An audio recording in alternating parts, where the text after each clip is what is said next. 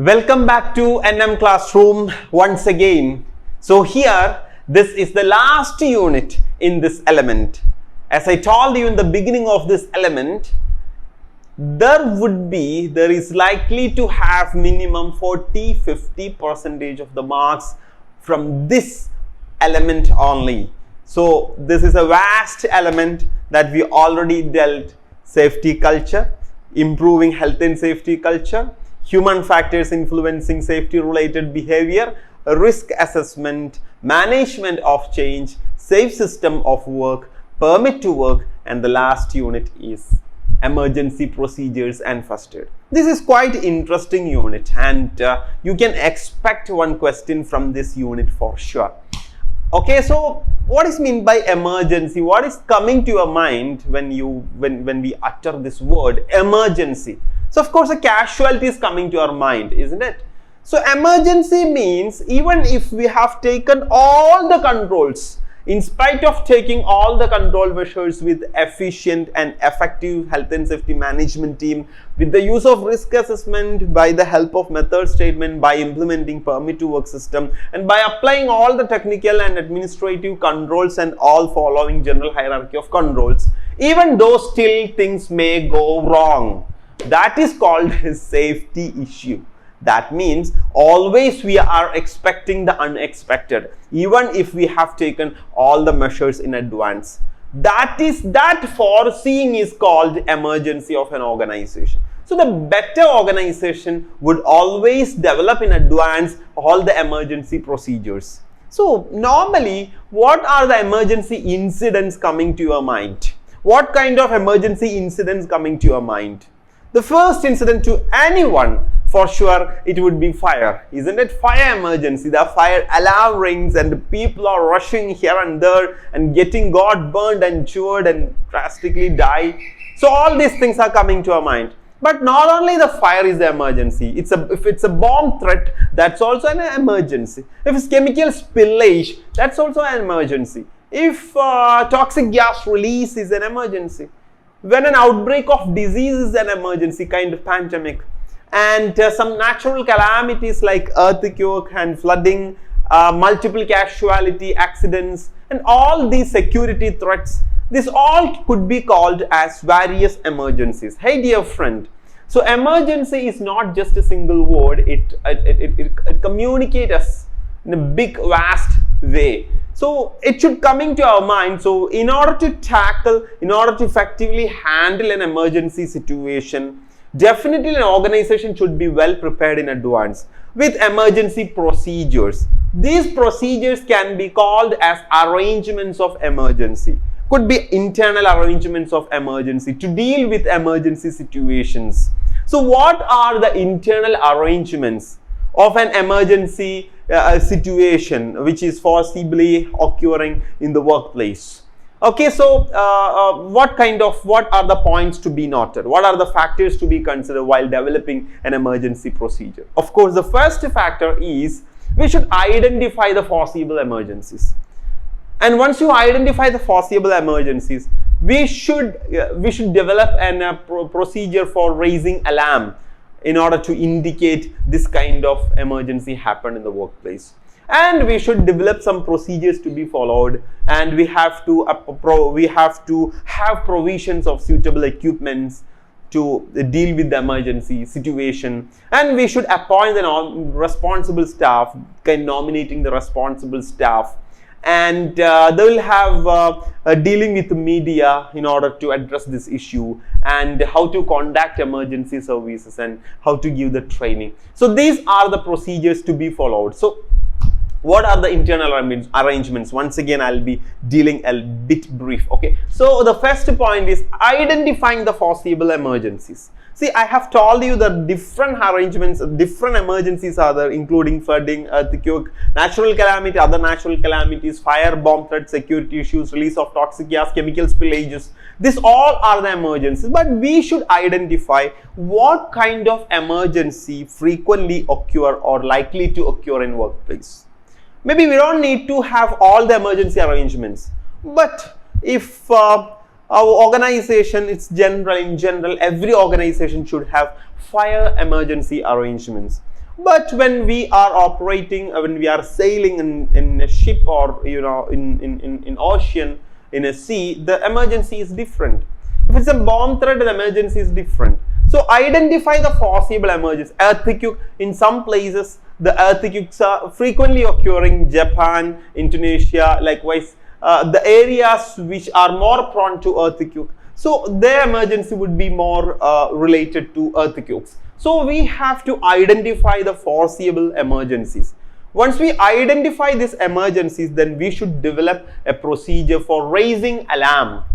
Raising alarm, in a sense, this would indicate the people in the organization that what kind of emergency have been occurred. That should be realized.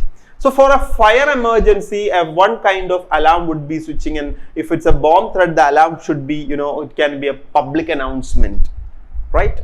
So fire alarm, you can set the alarm in a central location and it will be, automatically or manually from the call points, this would be heard. Okay, so procedures of raising alarm, and there's procedures to be followed. Okay, once the alarm got raised and people got aware about what kind of emergency happened, then what is the procedure should I follow? What should I do now? That is called procedures to be followed. If in case of fire, what is the procedure? Of course, you should leave the workplace immediately, but not by lift. You should take your fire exit, and you should go down and wait in assembly point, where a fire marshal would come and he would call your name, roll call, and you will be moved very soon from assembly point to a safe location. Till that, you have to follow these regulations, right? So, but at the same time, the bomb threat, that the procedure is exactly opposite. You should not go away from the building. You should not run from the building. You should not escape from the building. But rather, you should get away from the external walls and windows, right? If you are lucky, you will get your life back. That's all. So emergency, the procedures are different. Emergency carry out different procedures. Then okay, once the emergency happened, we should have suitable equipment to deal with this emergency. So that is why we should have provision of various suitable equipment. If in case of fire, we should have enough fire extinguishers, fire blankets, fire hose reels, and all these stuffs. But if in case if it's a chemical spillage, like we should have this hand gloves, and if it's a release of toxic gas, we should have adequate number of respiratory protection. If it's in a sea or ocean or water, we should have life jackets. So provision of suitable equipments. Okay, then we should have the responsible staff, nominating the responsible staff in advance. See, everything should be done in advance before happening the emergency.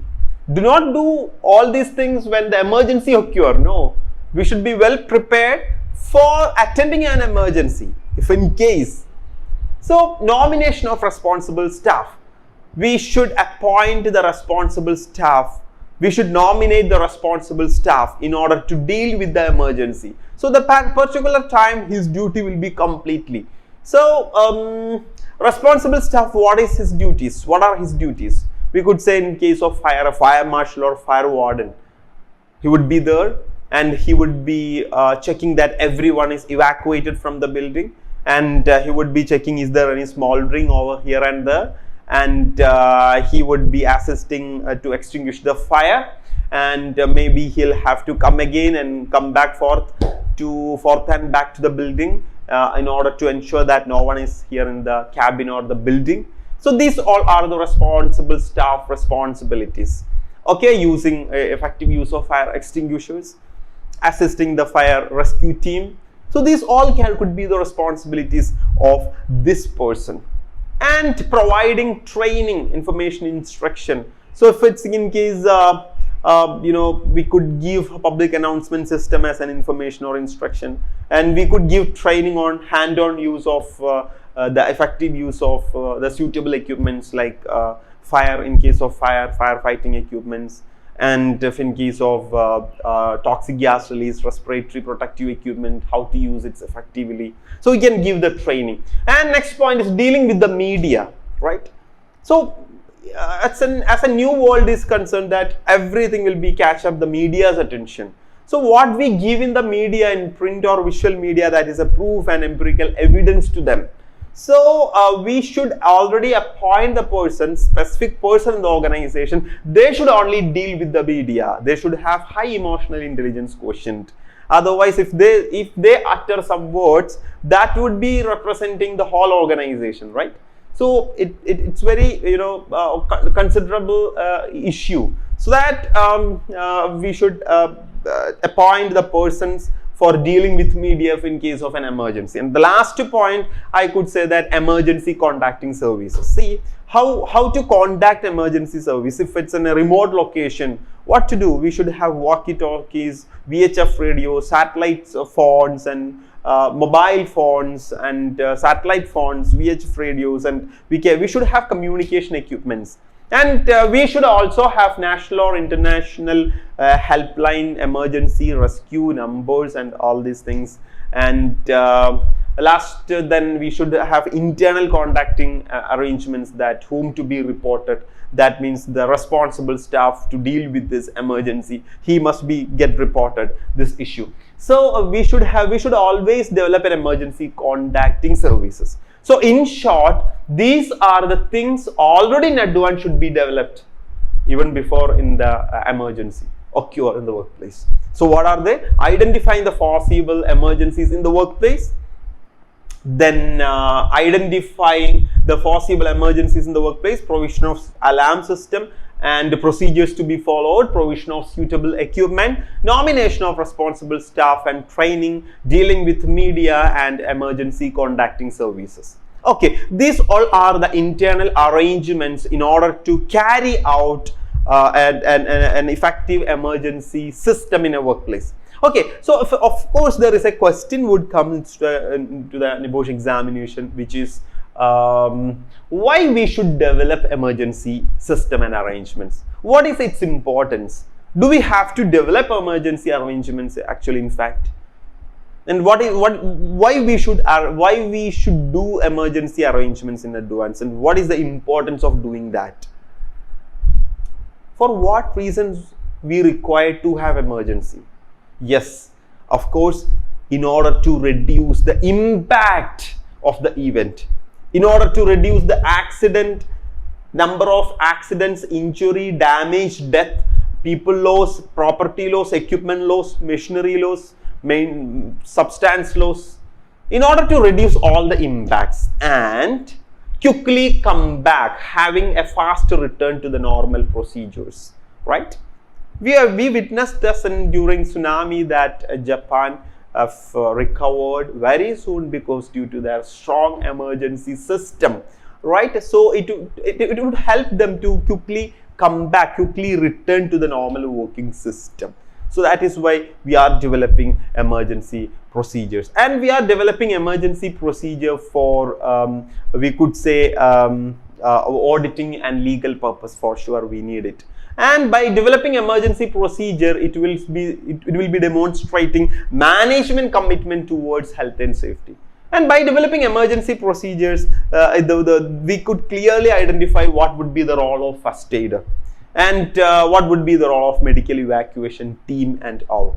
So in short, developing emergency procedure in advance will help to reduce the impact of the emergency, and it would help to get back to the system into a normal system quickly, return quickly to the normal system. This is why we are developing emergency procedures.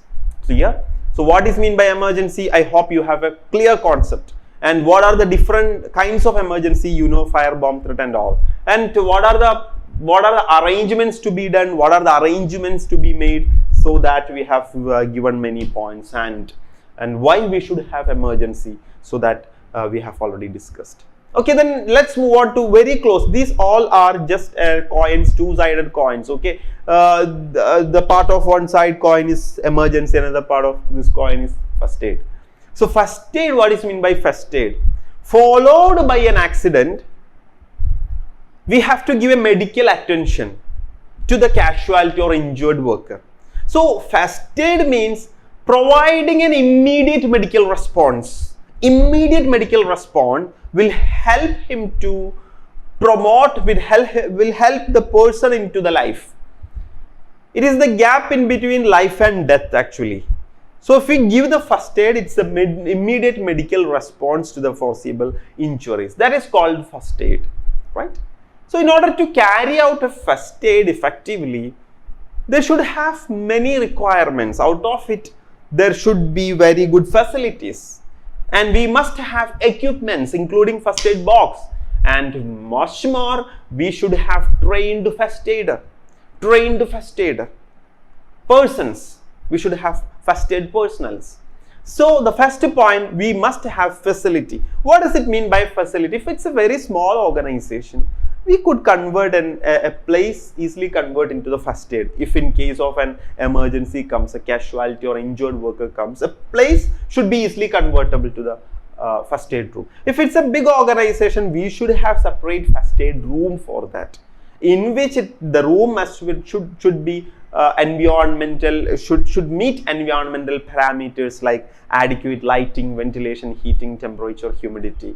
Okay, and we should have a clinical chair and waste bin, and we must have the bed and all. So this is what basic facilities, right? It must be centrally located. That's all. It should be easily located. That is called facilities. And move on to the equipment. See, if it's small, low workplace, we just only need some first aid boxes. Based on the numbers, there are many factors to be considered, right? Before setting the first aid. So equipments, if it's in a big organization like or medium level organization or big organization with high risk areas, we should have eye wash station. We should have showering system.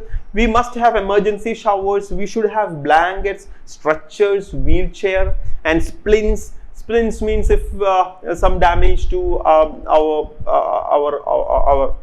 what kind of hand or arm damages, that we would put an equipment that is called splints. Okay, in order to unfold, in order to not to fault the hand and arm splints, and resuscitation equipment like cardiopulmonary resuscitation, CPR, and if anything, something much more needed, that also too. So this is called equipment. We should have adequate equipment. Then what is meant by personnel or first aider? Who is a first aider? The one who gives the first aid is called first aider. But not anyone can give the first aid. Only trained one can give the first aid, right? Even the first aider need not to have medical background or something, but he must be trained by the local legislation or international certifications, and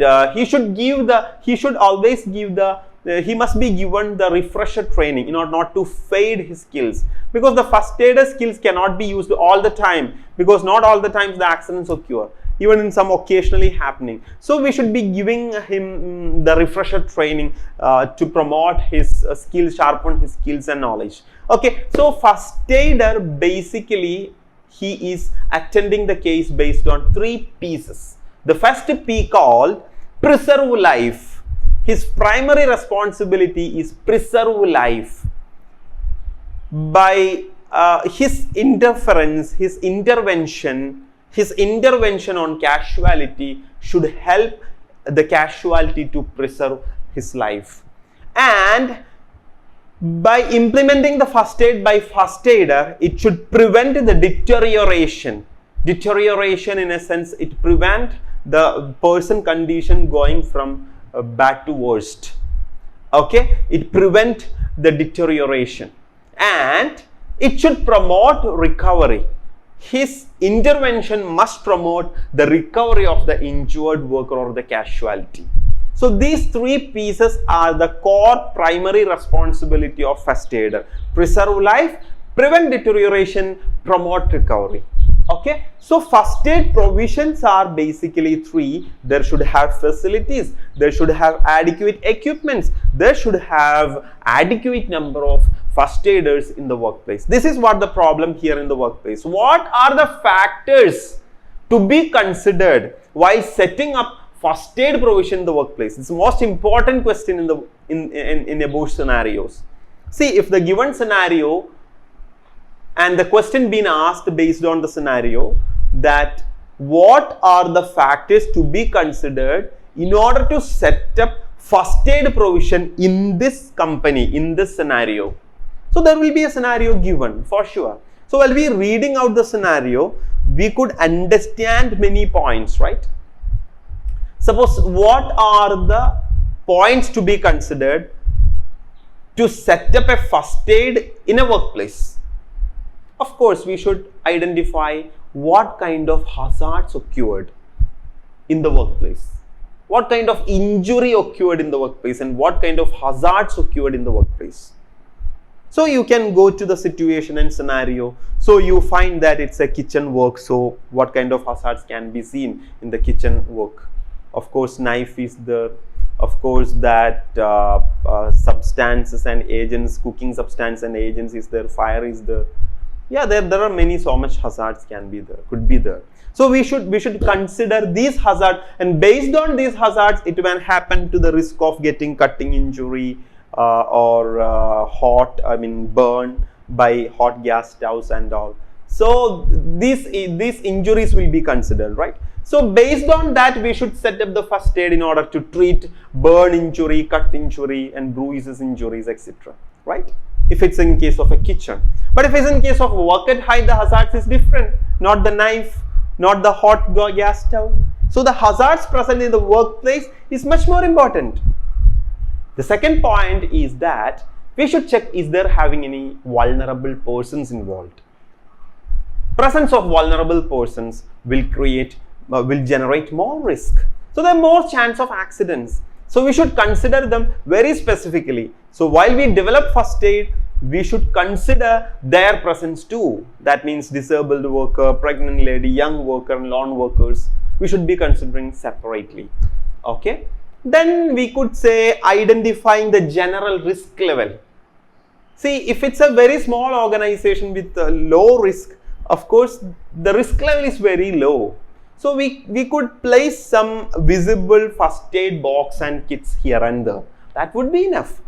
But if it's in a high complicated workplace, it can be a chemical industry, or it could be biological agents are keep on using in a laboratory, and it could be in a high-end construction workplace. Okay, the risk levels would be comparatively high. So we should consider while setting up the first aid, and this first aid should be suitable to this work. Then of course we must consider accident records and history. When the workplace creates much more number of accidents in previous years and previous times, and findings speaks that the accidents keep on happening in the workplace. So we should develop the first aid based on the accidents and the type of accident, nature of accidents, and based on that we must develop the first aid on that basis. And next, that specific procedures. Some particular works required specific procedures. Suppose if it's a toxic materials, toxic gas or toxic materials and substances being used. So the first aid to this toxic substance is completely different from others. So some specific procedures if based on some specific works. So the first aid, when you set up the first aid to these kind of companies, that also to be noted. And of course the number of workers and work patterns and shift system. Maybe some companies follows shift system, rota basis, 4 days off, 4 days on, and or daily wise, or shift system, pattern of works, and number of work. If the workers are huge in number, definitely not just first aid box and kits is not enough, but they should have an comprehensive first aid provisions, right? So the number of workers is also a main concern. Then we could say work patterns and shift system, and we can say geographic location. That is the most important point to be considered while we set up the first aid. Geographic location. Geographic location, in a sense, what to say, if it's in a work taken place in a very general place and very close nearby the hospital, multi-specialty hospital is very nearby to the organization, it's quite easy to them. But the work taken place in offshore in a very remote location, and we may have to airlift the patient or the injured worker, so it's very difficult. So in that workplaces we should have a complete medical team assistance with a paramedic support too. So what I'm driving to say that geographic location is quite important, and spread of the workplace types, spread of the workplace, and how much volume it carries, and how long it is. That means how vast the workplace it is. So based on that also to be considered while setting up first aid. And type of equipments to be considered. What are the type of equipments and substances being used in this workplace? What about the hazards and consequences and risk and control measures of these type of equipments to be considered while setting up of the first aid. Based on that, we will be giving them the first aid. Okay, so these factors to be considered while setting first aid provision in workplace. This is a for sure question in your Bosch examination for minimum 10 and 15 marks. Hey friend, now we completed the whole element, and specifically we completed unit 8 here, that is emergency procedures and first aid. As I told you that in spite of taking all control measures, still emergency may occur in the workplace. So what are the arrangements to be done, and what are the importance of developing emergency procedures in the workplace? Just kindly note this question and move on to the first aid provisions. They should have facility, equipment and person, and what you consider to implement first aid in a workplace. So that is what we discussed so long. So wish you all the very best, and we completed element 3, the most lengthiest element, and which is more easier than any other element. So more than 50% or 55% of the questions frequently been asked from only this element. So taken well care of that. We just hardly need 45 marks to pass, but you need to write for 100. Even for the 100-mark question paper, you should write for 150 marks. Then only you will be turned into the successor. But we don't need just pass. We need for sure, we should secure high marks. We should secure distinction mark. And just not only the marks only needed, we should gain the knowledge. And but this is not limited, that you have to seek your knowledge and wisdom and your learning horizon. So once again, thank you so much, and I'm no longer to wait to see you for the last element 4. Till then, bye bye. Thank you.